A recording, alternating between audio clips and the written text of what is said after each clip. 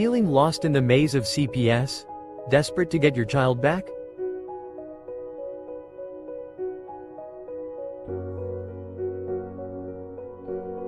You're not alone. Countless parents face the heart-wrenching reality of family separation. The legal system can be overwhelming, but there's hope. Now, here's the key. Faith, that's how you win a 6-month hearing. Thank you. If you do all of those things, you're going to blow your social worker's mind, you're going to blow your attorney's mind, and you're going to blow away the judge. With attorney Vincent W. Davis, a dedicated legal expert with 39 years of experience, committed to helping families like yours. Join his weekly live Q&A on Zoom, where you can ask your burning questions about CPS cases. Get the knowledge and strategies you need to fight for your child's return. Alrighty, good evening everyone. This is a question and answer session for school, SKOOL, and this is the CPS school. Are you ready to take control of your family's future? Join our school community for free to access weekly live Q&A sessions, or participate as a one-time guest.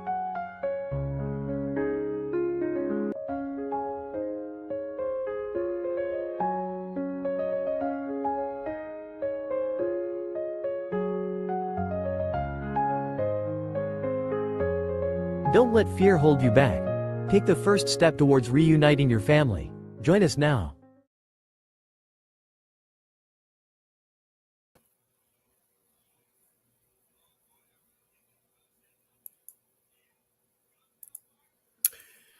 Good evening and welcome.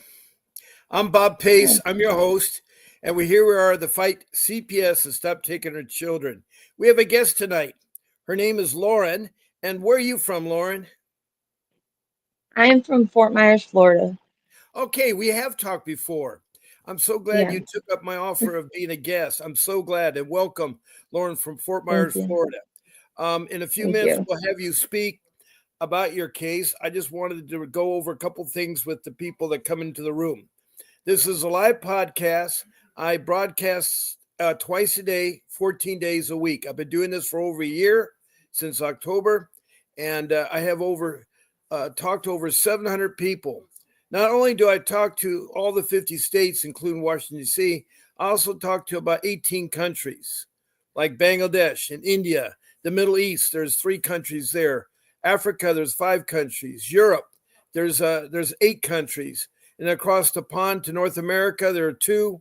And then down in South America, there's another 2. And then across Pacific, I have Australia and New Zealand. I have Australia and New Zealand here. It's okay, Lauren. If you come off, you can get back on. There you go. I'll put you back on.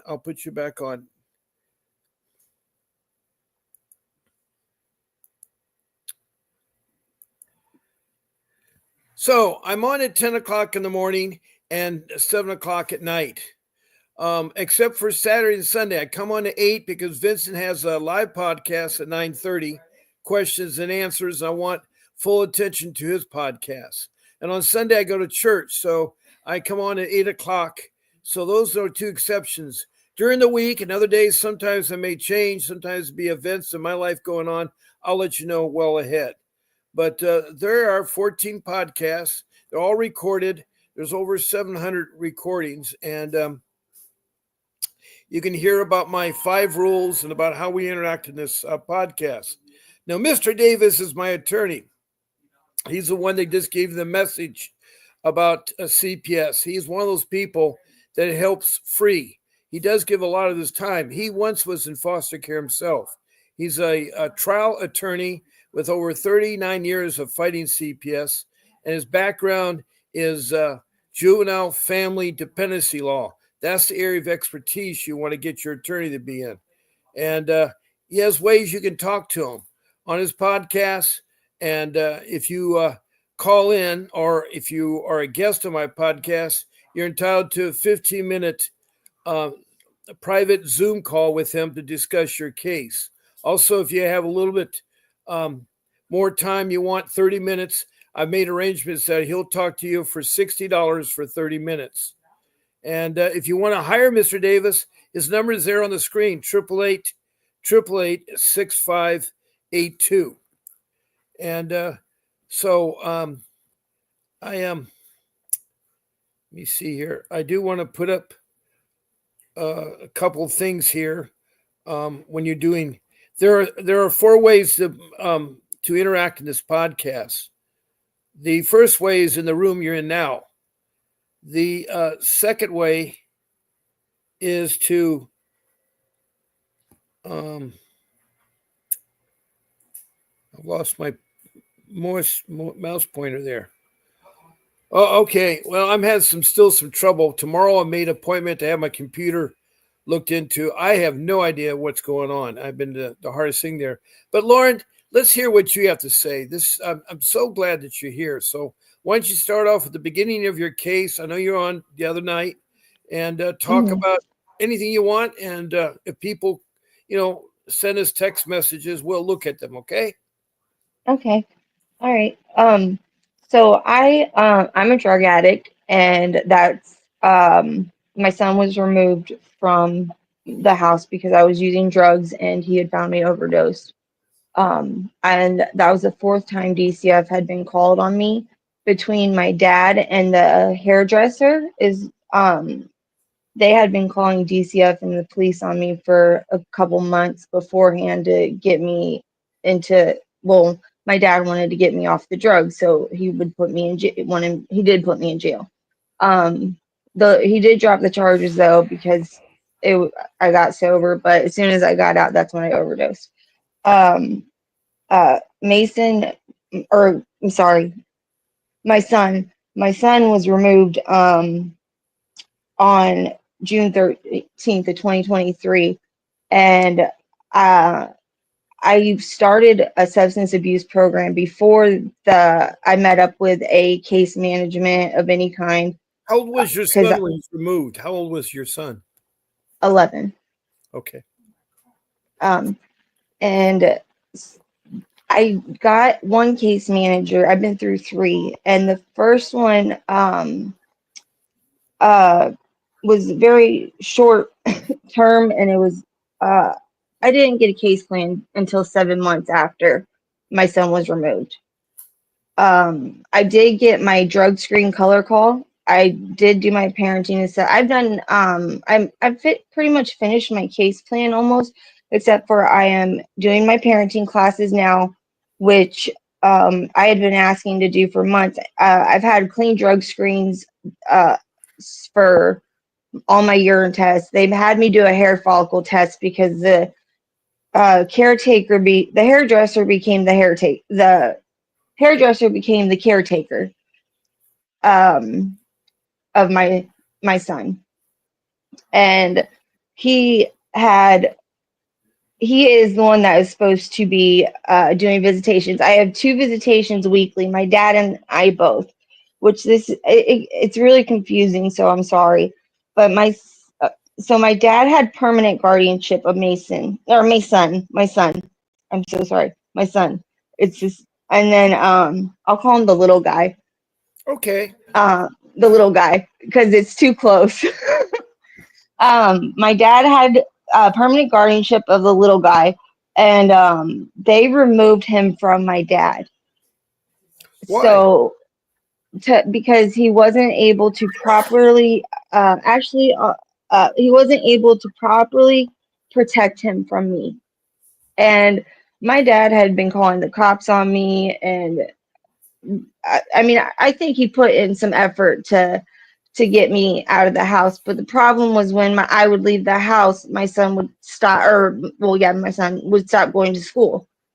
And also the reason I moved back in with my parents is because my mom had gotten glioblastoma, which is a cancer of your brain, and it goes. She died within 2.5 weeks of getting it, and so I moved in and I stayed here.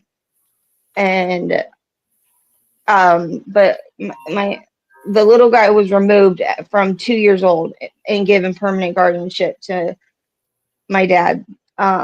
And he left me unsupervised, and that's when I overdosed. So, and that was the 4th time DCF was called, and I do believe that was my sign that I needed to accept it and get help before anything else worse happened. And that's when I started into my substance abuse program. And I started my substance abuse program, and then the caretaker had accused me of being on substances, and I didn't know that he had been also cussing out my 76-year-old dad, who my dad and my mom had known this guy previously, and we still can't get an answer how, because I have about 5 to 7 family members that were willing and able to take my son. But I'm not quite sure how they were looked over. I gave all the information. My sister-in-law has a ICPC, I think is the correct term. Yeah, that's where you're going to transfer a child from state to state, and they want to protect that child. Yeah, she's in California, and okay. She's just beside herself because the hairdresser / caretaker has kept my son from, first of all, they tried putting him up for adoption 2 times. And the first time they told my son that I wanted to put him up for adoption. The caretaker case manager at the time in court surprisingly stated that mom states child would be better off put up for adoption. But the question was that if my dad could adopt my son, because it had already been 7 months in, I hadn't been able to see him, and I had to track down my new case manager because they changed it in the middle of like right before the holidays, and my sister-in-law had to call like the legal part of Lutheran of the services and the other programs. And then my sister-in-law finally found out, and then she told her, because I was like, I don't have a case plan and I don't know who to get it from. And she was able to get I don't know why the case manager didn't just get a hold of me, but then I got the case plan on January 18th. I started it, and I have 2 drug screens a month just for them. And then the other place that I do other drug screens, and I go there daily. And I've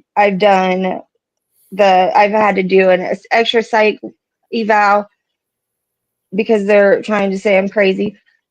And so they said the first judicial hearing with my new case manager, she said that mom state's son would be better put up for adoption.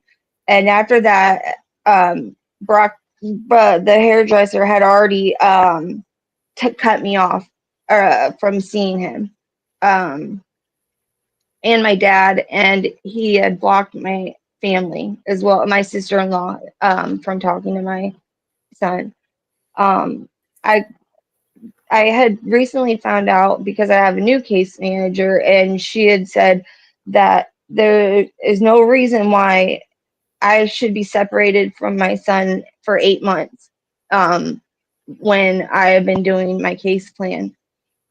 And now I finally started going to therapy visits, and they took a visit away from me so the hairdresser and him could have therapy sessions, even though I had my father and we do have the court ordered visits, and it's just like nobody cares.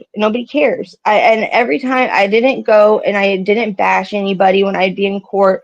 All I would say is I want to see my son. I'm sober. I just want visitations. I would like a phone call would be nice. I want to, but the case manager would tell me every week he doesn't want to see you. And then she said, oh, he wants you healthy. And I said, well, who told him I wasn't healthy? And she wouldn't answer. And my son told me that he just heard it because he's trying to protect the person he's with right now. Um, and I said, "Well, what made you not want to see us anymore?" And he said, "Oh, because the hairdresser didn't want me to." And um, then also I said, "Did you ever?" I said, "Do you know how long I've been sober?" And he goes, "No." And I said, My son, I've been sober for 8 months." And he started crying and he said, "Mom, I would have had visits with you, but nobody told me." And no, so I've been going through eight That months is one of the with it. worst things that happens when you're involved in CPS. They alienate the children from the parents, and they try to make the parents look bad, and they make the parents go all kinds of hoops, which in your case, you agreed that you need some help with your drug addiction, and you went and did that. They should always encourage my kids. When I had my 3 young kids taken from me, I had 6 kids, 3 olders, 3 youngers, but the 3 kids were taken from me and my wife for 3 years.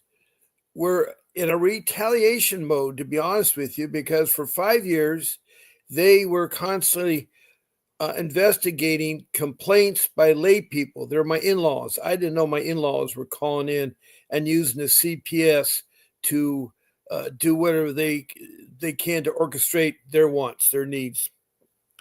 So they would call from Ohio to California and sit there and talk about that. We're not feeding them. We're not taking them to school. We're not clothing them. Each of my children had their own room, their own bathroom. They all went to school. They get A's and B's. We're involved in AYSO soccer, the Boy Scouts of America, the Girl Scouts of America. We went to all their school functions, open house, parent teaching meetings.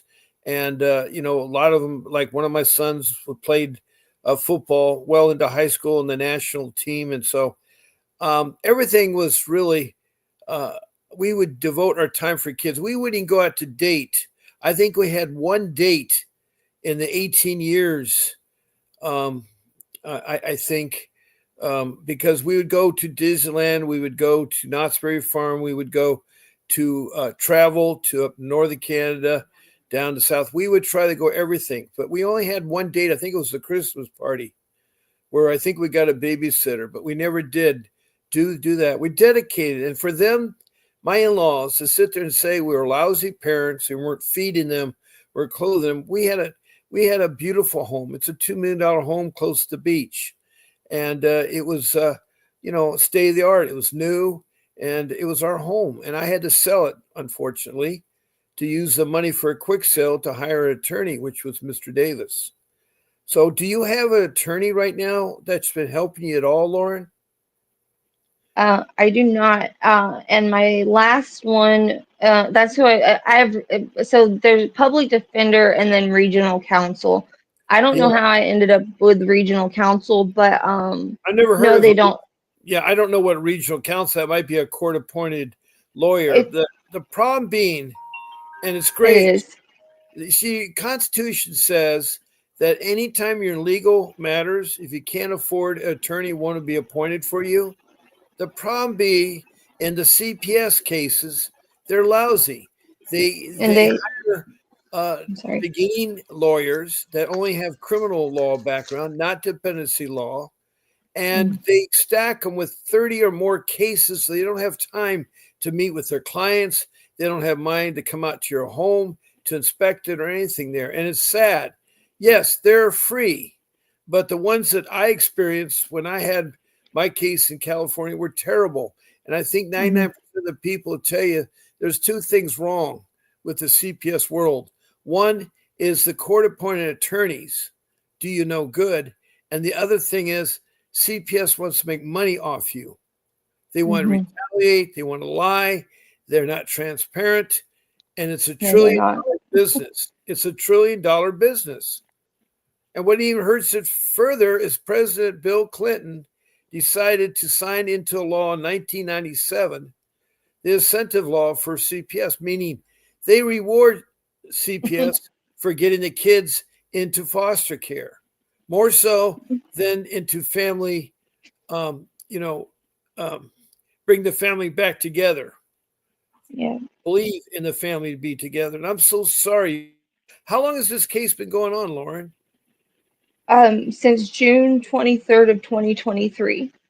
Oh, wow. It must hurt you so bad right now because you admit you did something wrong. Has your dad been supportive? Absolutely.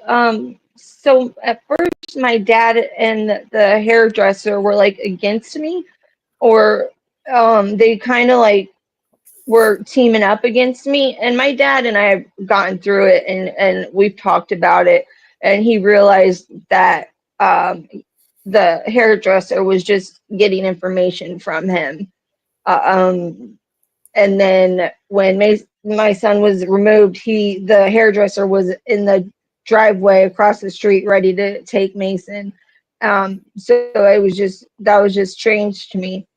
Um, but the I don't know. I am hurting bad. My family, whole family is, and I know his it's paternal. our family. I hate to say it.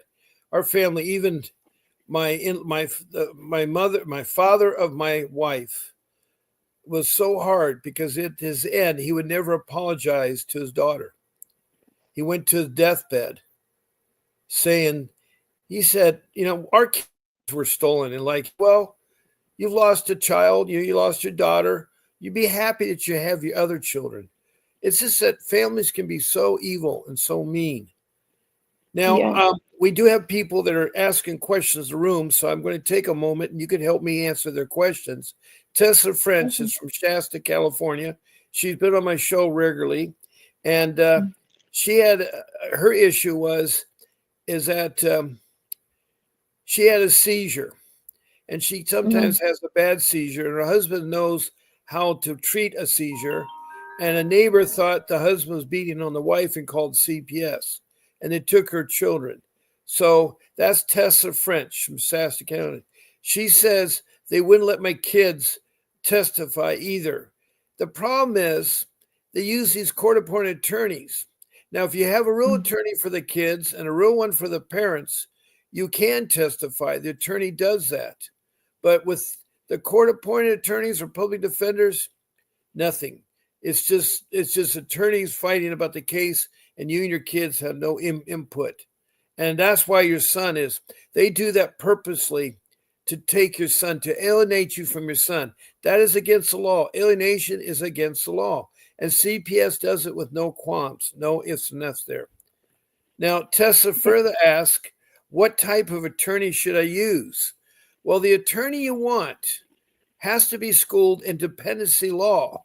That's what CPS is. That's what you need. Also, it must have juvenile and family law mixed in with it because you're dealing with juveniles and you're dealing with the family.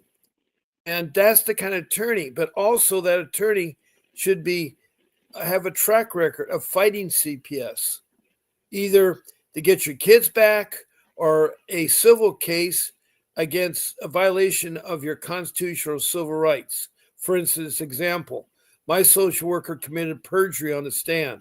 My attorney, Vincent Davis, flushed her out. She was so embarrassed that she left the room, but she threatened my wife and me that you never see your daughter again. My daughter was 12 at the time. I did not know in the state of California, anybody at age 12 or older can emancipate from their parents, meaning they can divorce their mom and dad, their brothers, their grandparents, aunts and uncles and cousins, all that.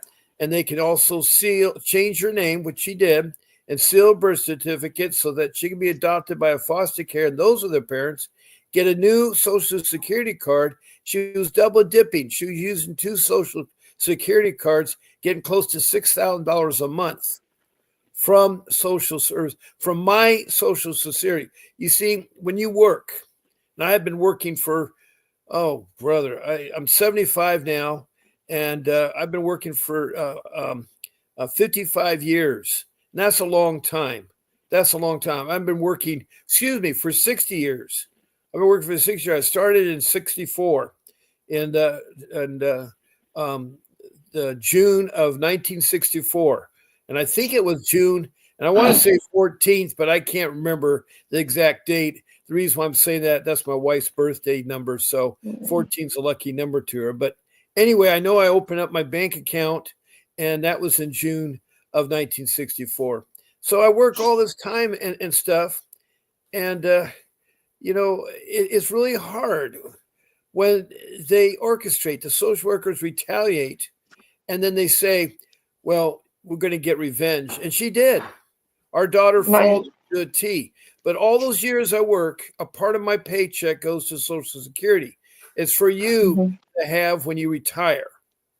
But if you are a father and you're over the age of 60, you get additional Social Security payments from your insurance. So the money that she was getting for her was now going to the people that were foster parents. So they're double dipping because she had 2 Social Security cards. And that was wrong. Was wrong. So, Tessa, you need to get that dependency attorney, somebody like Mr. Davis. Now, let me see. She further says, I'm searching for attorney. I'm glad you are, Tessa. And guess what, Tessa? If you call in or you're a guest of my show, you can have a 15-minute private consultation with Mr. Davis. And he is the right attorney. But there's 2 questions you want to ask for attorneys. 2 questions.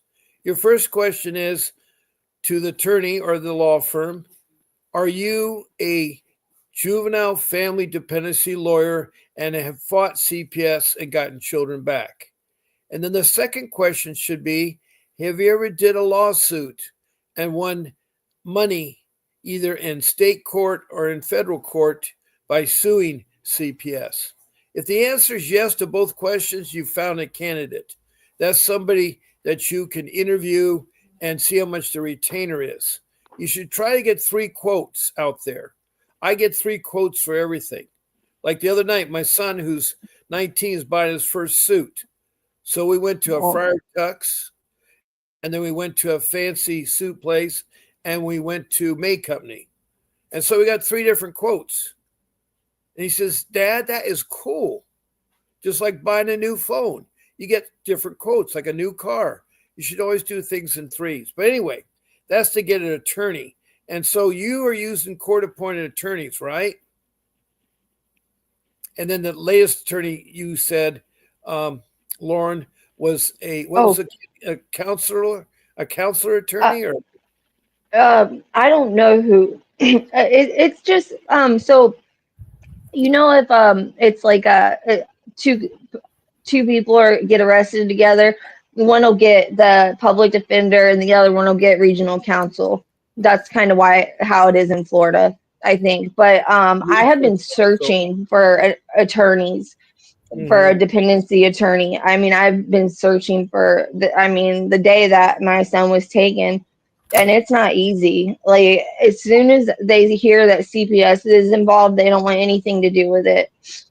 Oh, yes. At least that's been my experience. CPS is terrible because they're very corrupt and they have a lot of money. And attorneys don't want to fight for a lot of money. But Vincent's different. And by the way, do you want to speak to Vincent Davis for 15 minutes?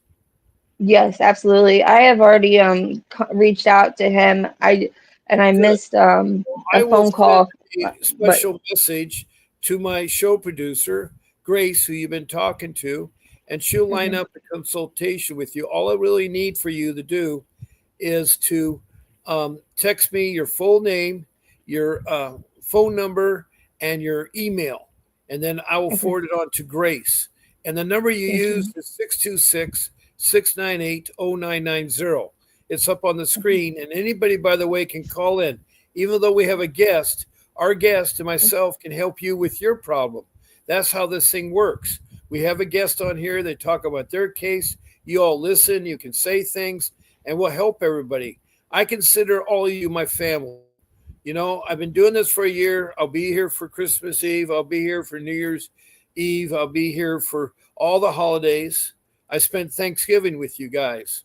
My Thanksgiving wasn't very fun. It was very sad. Me and my wife were very sad. It looks like our Christmas, I don't know if we're going to have Christmas. I have a job, but my job is so hard to get paid. It is one of the most hardest jobs to get paid, and it's so frugal. I'm at Bangladesh wages, and I can't even get paid after 11 days. So I'm hoping to be paid shortly because it is so hard.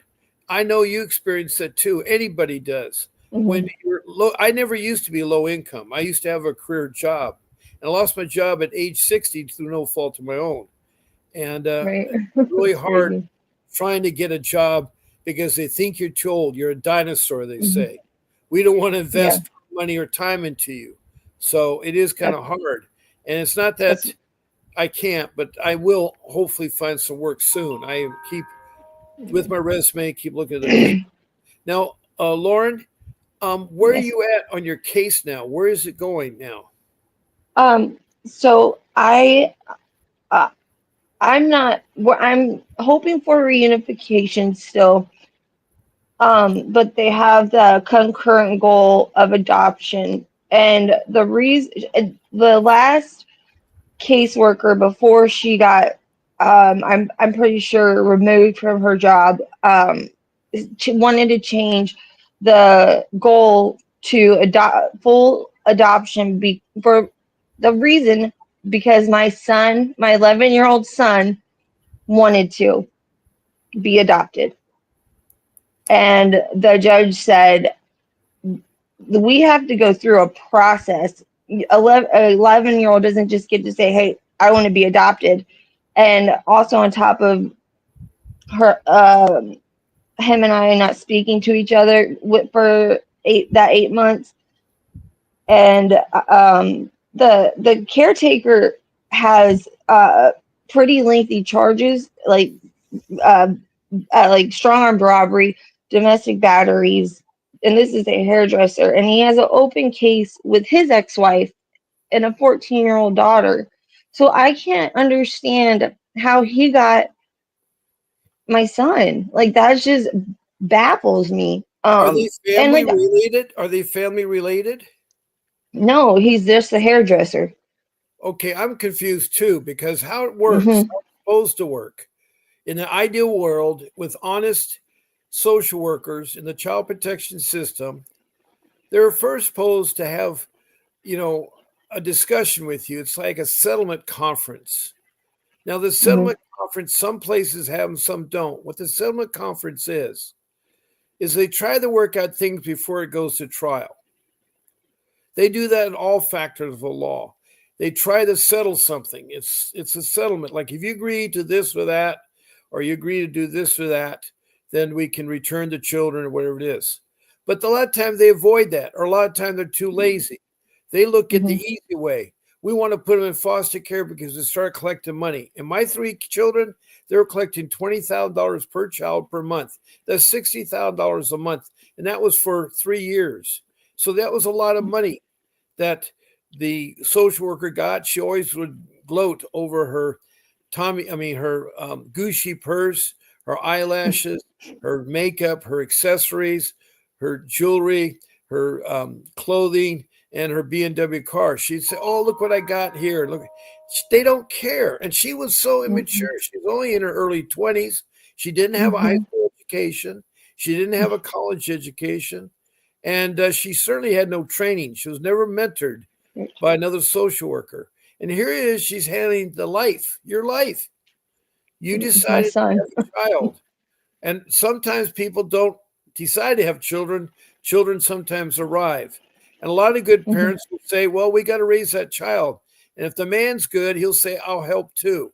I'll help too. But not too many men do that. They just look for the pure enjoyment of making a child, not for raising a child. And it takes a lot of hard work.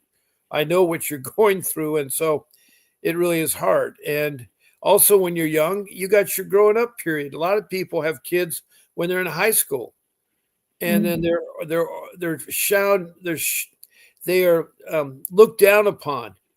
Parents are Yeah. embarrassed that their daughter has a pregnant girl in high school. Yeah. And so they try to have the child shipped off to have the child elsewhere. It's like a shame. Like you're suddenly, and a lot of it is because our life skills are no longer covered in high school. I think life Right. skills should be starting at K, kindergarten, Um. elementary school, junior high school, and college. But there's a lot of Right. life skills that you can learn about. One of them is CPS. Another one's about marriage. Another one's about dating. Another one about bullying. Another one about sewing. Another one about cooking. Another one about doing your bank Financing. finance. Yes, banking. Yeah, banking, the IRS, how to do Uh. your taxes, how to go look for a job interviews, how to look for your job, how to do a resume. Those are what I call life skills that Yeah. help you with your life, how to drive a car, and they still have some of those things. I think you still have Mm, high school driver education, I guess, mm, behind the wheel at high schools. But a lot of the yeah. schools have gotten away from it because of budgetary constraints. I remember in high school, we kids in high school had to wear a pillow for a month to see what it's like to have a big Hmm. object in your stomach. Now, boys don't Hmm. get pregnant, but girls do. But boys were asked to participate to understand that it is hard when you're pregnant. It is hard to walk around, get around, and stuff like that. So you need these life skills, and we don't have Yeah. them. And you yourself, I don't know if you had much education about drugs. That's another thing. When I was in junior high, they showed me a lot of movies all about drugs and stuff. And I was in the 60s, and drugs were a big thing then. And, Yeah. but I also played sports. And I was told that if I took enhancing drugs or drugs that are not good for your body, I wouldn't do very well in sports. So I wanted to accelerate. I wanted to play Mhm. college football and high school football, which I did. I also played rugby and soccer and baseball. And so I was a great athlete. And also I was a surfer, and I had to have a lot of wind to hold my breath. And if I smoked cigarettes, I wouldn't have that breath and I'd drown out there in that ocean. If you're out there Mhm. in head high surf or 20-foot surf, let alone I'd never been in 50-foot surf or 100-foot surf, but you need to have your breath. You need to have your body system there. And if you want to be a pilot, you got to have good things in your body. So yeah, life skills are important. I wish they would still do that again. I wish they did. Um, Then I agree. now you're drug free now. Are you able now to stay away from drugs? Yeah, yes. So I call it I'm cleaner because I went into the methadone clinic because Okay. I used to have health insurance that covered 120 days of inpatient rehabs. Okay. And that because I was on disability from 18 to some till got a job, and but that part of the disability stayed with me, so I was able to go to rehabs. Well, this was the first time that I didn't have any insurance or um able to get into like a detox that isn't terrible. I see. So How did you pay for the baby? Did you have insurance for the baby? for my son, Yeah. he has health insurance, yes. But the thing is, like, my dad did all of that because he had permanent guardianship. So I Oh, had to start learning all of it. And now I'm so out of the loop because I haven't been able to be in the loop. Like, I just got to talk to him about him having his teeth done and what's going to process that's going to be. And I feel like I should have been a part of those uh, appointments. Um, yeah. but I am I'm curious because you said that there. What are the rules that make it a civil suit and then a just a like a CPS Okay. fight? First of all, there are two kinds of laws we're talking about. Okay. If you're talking about getting your children back or Yeah. family reunification, we're Hmm. talking about dependency law. That's why it's got Okay. to have juvenile and family law mixed with it, because what you're dealing Okay. with is you're dealing with things that will protect our kids and help the family by reunifying the family, and that should be the goal. But it's so hard when you have an incentive to have them always go to foster care and get rewarded for that. No one rewards anybody for family reunification.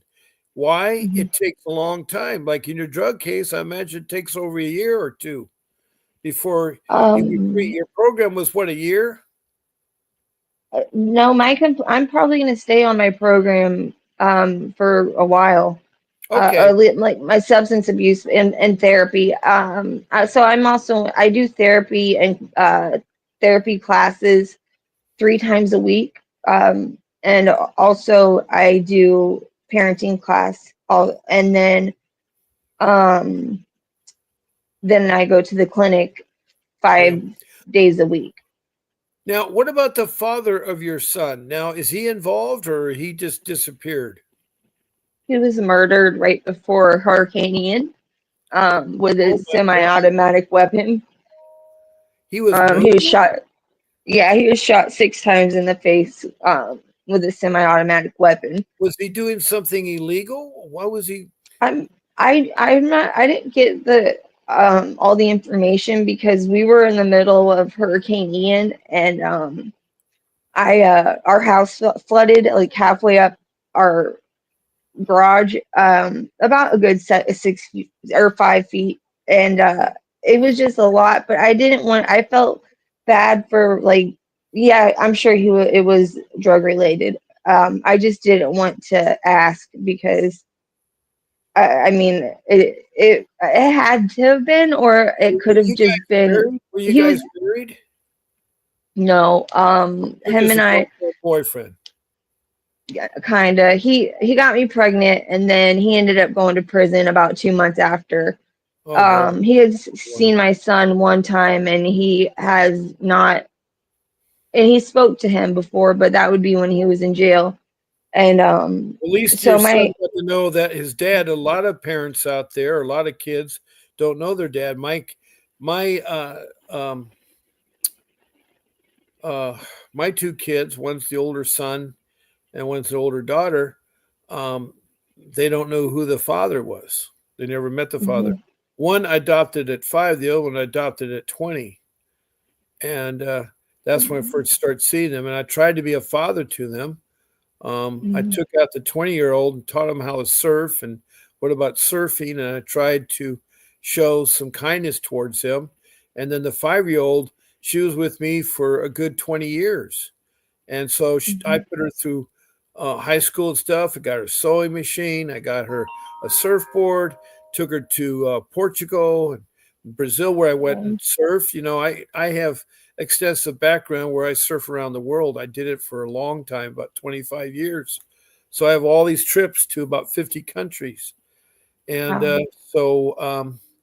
I tried to enrich because she never had a father. She called me. It's interesting. When they're young, they call you daddy. And then Yeah. when Well. they get in high school, they call you stepdad. And when Oh. they're Yeah. when they're grown up out of high school and in college, they call me Robin. And I go by Bob. That's my professional name, but Mhm. people are close to me who call me Robin. So I'd never understood. Yeah. I Oh, mean, I don't know. I was the only father she ever knew. And it's Mhm. sad to say is that half my family, I used to have a family of 8. It's now a family of 4. Yeah. And this last Thanksgiving is a family of 2. This Christmas will be a family of 3 because one Mhm. of my sons is going back east with that terrible in-laws. I'm not stopping him. I'm not telling him. I Mhm. never was against that. But when my kids Right. are flat to see their grandma and grandpa, they poison my kids. They Yeah. use my kids to fish. What's going on? What are Mhm. they doing? And it's sad because families should be supportive of each other. Families should not Right. use CPS to retaliate. That's dangerous because I'll get you all Yeah. kinds of trouble. All kinds of That's trouble. true. Yeah, I've learned that I have to I've started the guardian ad litem told me to document everything I do or that happens, every conversation, write it down. And I've done that. Like, I have too much. Well, maybe it's not too much, but I learned that I would rather make a phone call to these case managers and talk to them. But I learned from the last one that they switched my words around, just like when they said I wanted my son up for adoption. But all I asked was, could my dad adopt him? Because if my dad's health wasn't doing well, and but that wasn't it. My son would, I believe, end up getting my dad's pensions. I think is what the reason was, and Oh, also we just wanted to get him home. yeah, get him home because where is your son now? He's with a hairdresser. The hair, hmm Why and did the he, hairdresser try to involve herself with your own child? Was she something against you or something? yeah, it's a guy, and he has, I don't quite know why he is such a strong dislike towards me. He won't ever directly say something to my face. Well, I don't allow it because I'm not gonna. I have been in relationships with I'm gonna say narcissistic people, and I catch that vibe, and um, I and also he has cussed my dad out in the back, and like nobody cared. Nobody listened, and I figured like if I was working at McDonald's and say you're coming, and I see him as a caseworker, or no, a caretaker, that was hired to foster my child while I get healthier and go through this process and get into reunification. That's what I believed that was his job, and that's what my paperwork tells me. But he said he's trying to be the best father for my son that he can be, and it's just he throws these outrageous stories out that I'm not quite sure if he's saying it to my son, but I know that he my my son said that he didn't want to come home unless it was like the way he was living now. And like, mind you, we have a nice house. We have an elevator in our house. He's got his own room. He's got every electronic known to man. I know that's not the like everything, but he's never been hungry. I mean, he has anything. He's always had whatever he's wanted. It was it was my choice, and ultimately, I know it's my choice why I'm in this situation, anyways. I mean, it was my decision, and this is the consequence of it. It's just, I don't think that even though it's my consequences of their accusations, I'm doing what I'm supposed to be doing. And I just don't understand why somebody like my case manager said to me, "Oh, I'm afraid to upset the hairdresser because I don't want him to tell my son that he's making or she's making him emotionally unstable by visiting us too early." And so that's a problem if the case manager is afraid to do like that. And also, my son, the last case manager or the hairdresser had told my son's last therapist that he was being in an adoption case, and I know this isn't a word, but he was being therapized for going up for adoption. And so the case manager had to change therapies altogether, therapists. Wow. Wow. And so I don't know how much more, like, and I try to stick to the facts. It's just there's just so much muckiness, and I try to be, I'm a very transparent person. I don't lie. And at some points when I probably should just not say anything. But and it sucks because lying's got me, like, punished. I mean, honesty's got me punished, dealing with these people. Mm. And every time I've been honest about it, they've switched it to something else. Honest with them, like, yeah, I did use during, like, I was honest to them about when I used and everything. And then because if there's, I just feel if these people are truly trying to help me, there's no reason I should lie to them. But then at the same time, the truce, or getting back to the caretaker, the hairdresser, and then therefore going back to my son, because my the hairdresser told my son he's up for adoption, and all we're not supposed to talk about the case at all to the child. I don't know if that's the same way So in Florida sad or because California. CPS does not want to talk about the case, but they do talk about the case to our children. You know, they downplay the parents. When my kids were in a group home, they were told to never hug your parents when you see them, keep your hands to your side, and try not to do any motions. And that Yeah. is, I mean, in Kentucky, they have a farewell program. When they know that you're going to lose your rights as a parent and your kid's going to be adopted, they have a meeting one more time with your child to say goodbye. But you can't be emotional. You can't bring anything up. It's just a farewell. And I cannot That's believe not okay. that is cruelty. That is definitely Yeah. cruelty there. I do want to say hello to Cruel. Her real name is Felicia. And she came in and she said, "Hey, family.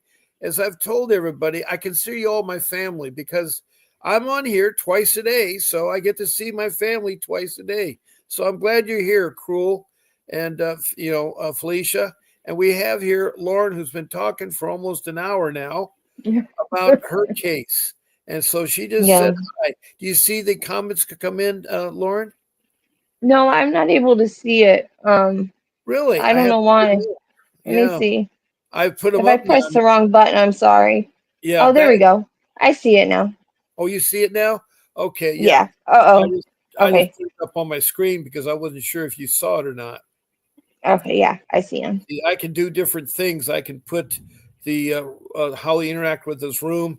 I'm going to put my rules and be able to shuffle them in because that way I can do a lot more. Now we've Yeah. had no one call in and stuff, so that's been good because you've had your chance to really. Yeah. Felicia says, "Oh, I just missed it. I just jumped in." Well, we have this guest here. She's from Florida. And what part of Florida again? Fort Myers. Fort Myers, South. Florida. That's on the Yeah. east. That's on the Gulf side, right? Yeah, right. A little bit close to Miami. Is it near Pensacola or? No, it's 2 hours from Miami.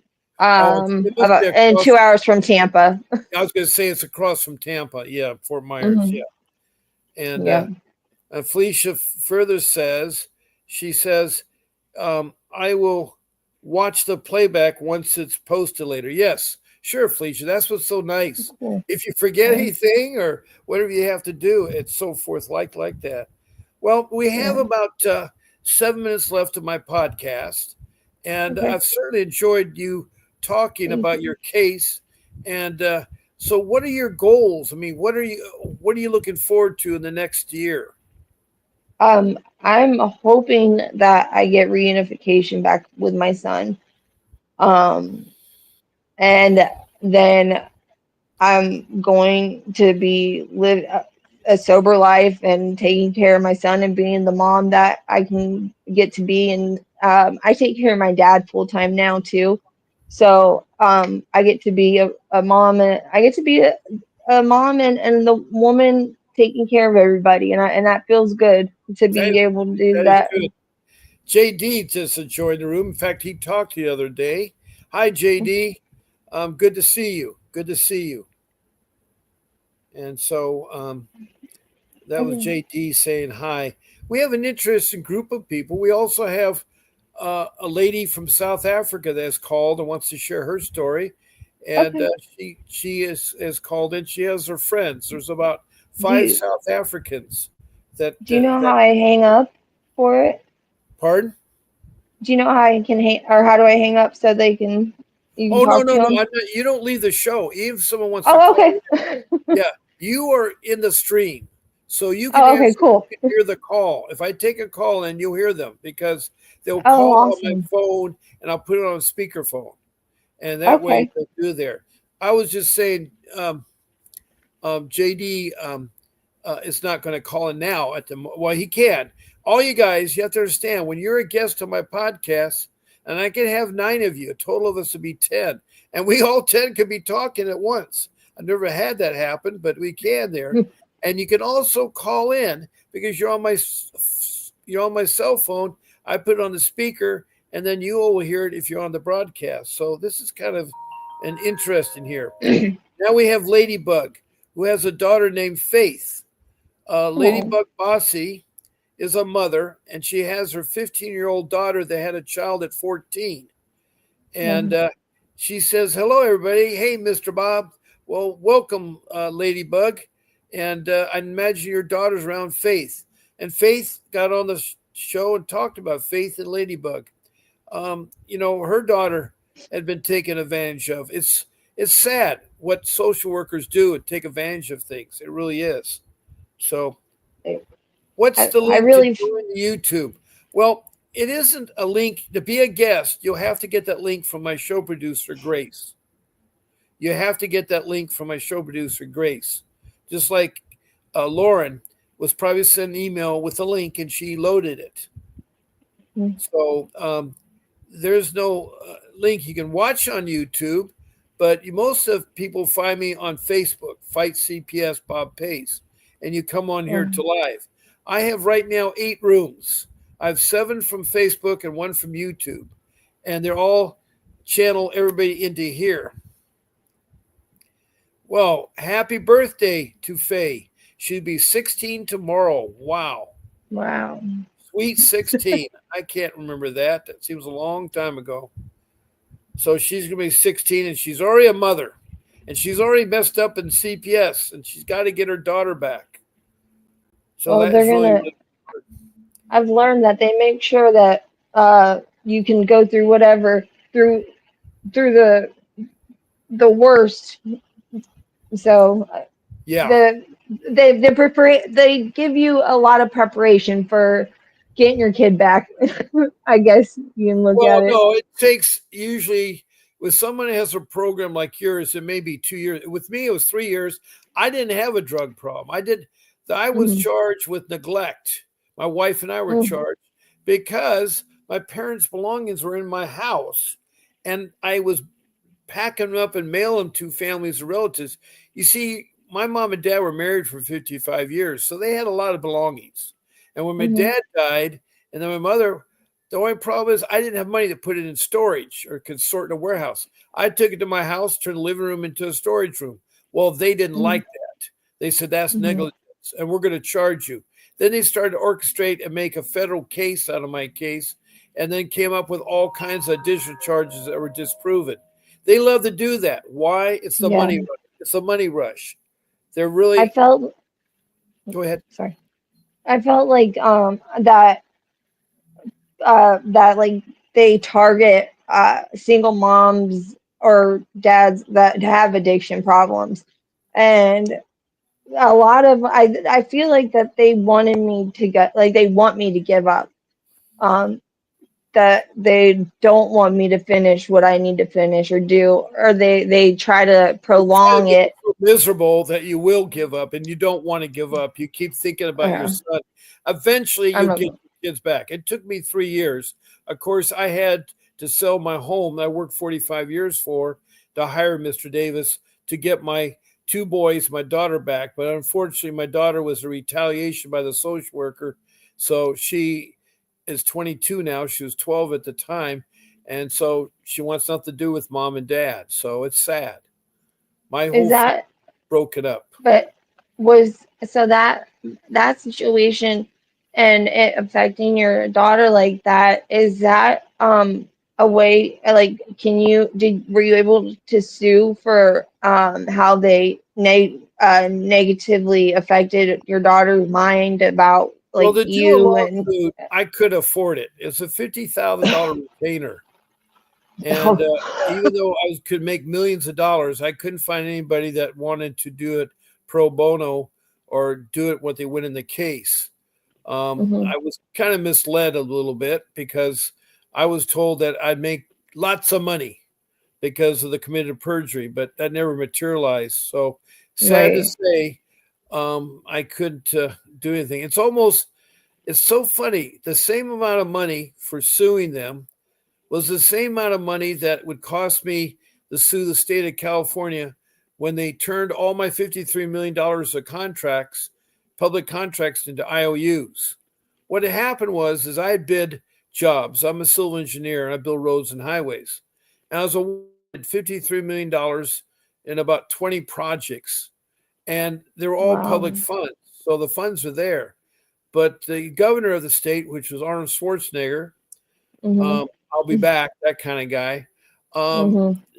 was having a serious problem with California going bankrupt. Now, Detroit, the Mhm. city of Detroit did go bankrupt, but he didn't want California. So he got creative finance. He says, I know what, I'll write IOUs. We'll still pay the work, but we're going to temporarily use those public funds. Well, that's against the law. It would cost me $50,000 to sue them. And so I couldn't get banks to give me credit lines. They were upset with the predatory loans that they created. They were giving loans to Mhm. every Tom, Dick, and Harry that weren't qualified, and then default on the Mhm. loans. The banks collapsed. Every bank did Mhm. collapse. So let me Okay. get here. I see a message here from Mrs. Ladybug. I'm going to have to curtail my show soon here because it's already Mhm. 8 o'clock. Ladybug Yeah. says, Mhm. she said, thank you for the birthday wishes. Okay. Her problem is they played so bad with her visitations that they're not going to see Mhm. him, her son, before Christmas. Oh.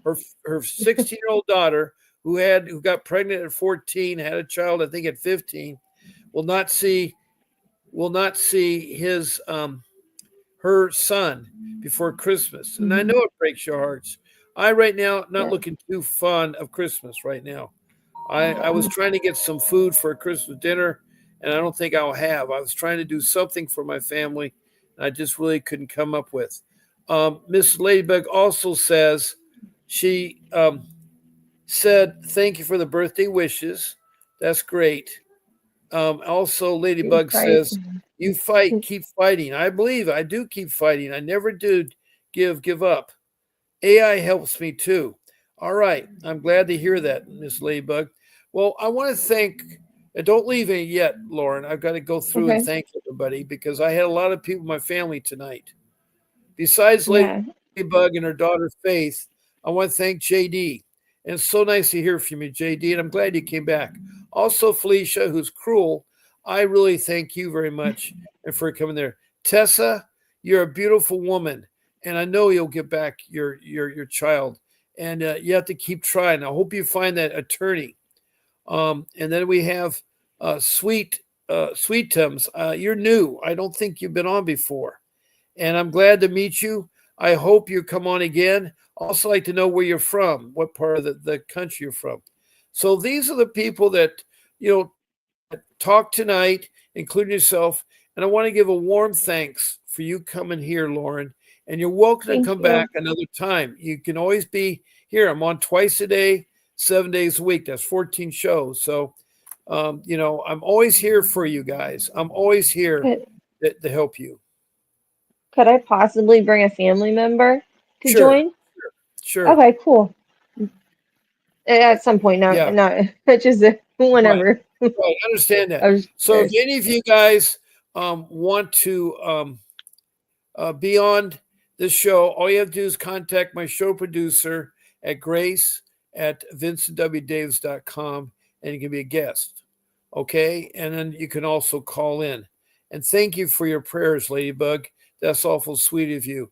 And to my ladies in South Africa, I didn't see you for the last couple days, but I know you guys are listening. And God bless you guys. And I want to also wish everybody the happiest holidays and try your best. I know your children may be not with you, but they're in your heart. Keep praying Mhm. and they're in your heart. Yeah, Yes, I know. I really have a feel. I feel it the hurt for Ladybug, right? Because Yeah. it's I'm not going to see my son either, so I share the pain. Well, she's upset because she can't see her grandson. He Yeah, is. I, I forgot how old he is, but he isn't that old as your son is there. But mhm. uh, your So, son was 11, right? yeah, he is. Yeah. Wow, you've been doing this for 11. Jeez, boy, Mhm. look too young Well, to have just a. He looked yeah. too young.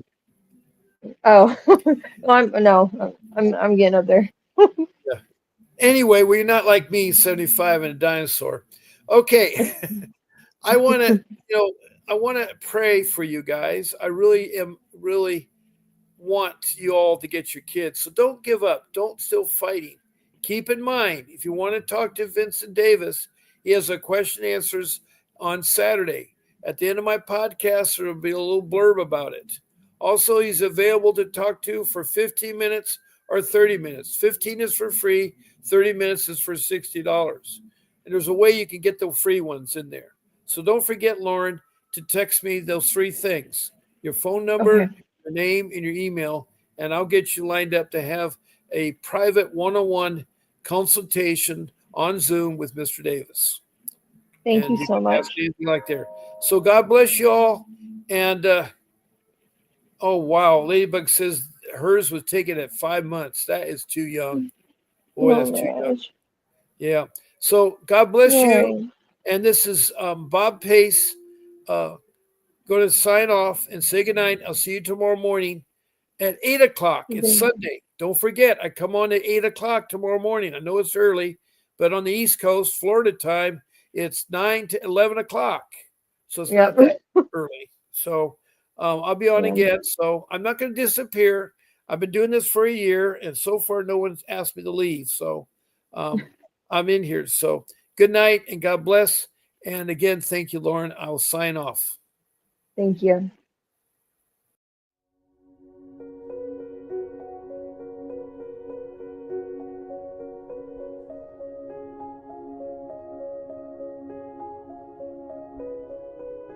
Feeling lost in the maze of CPS? Desperate to get your child back?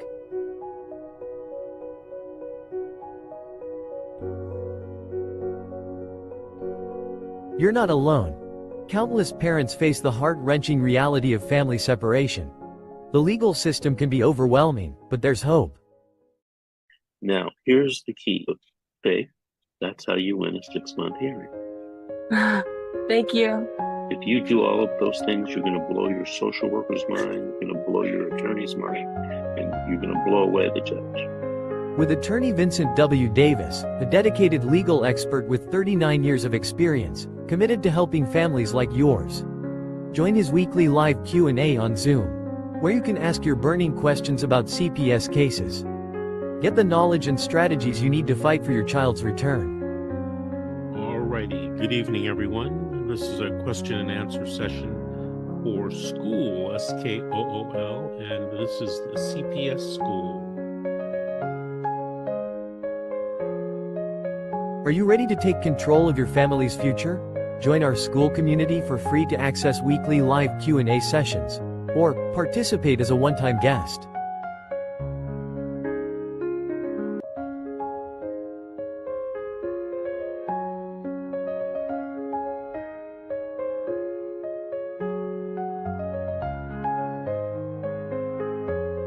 Don't let fear hold you back.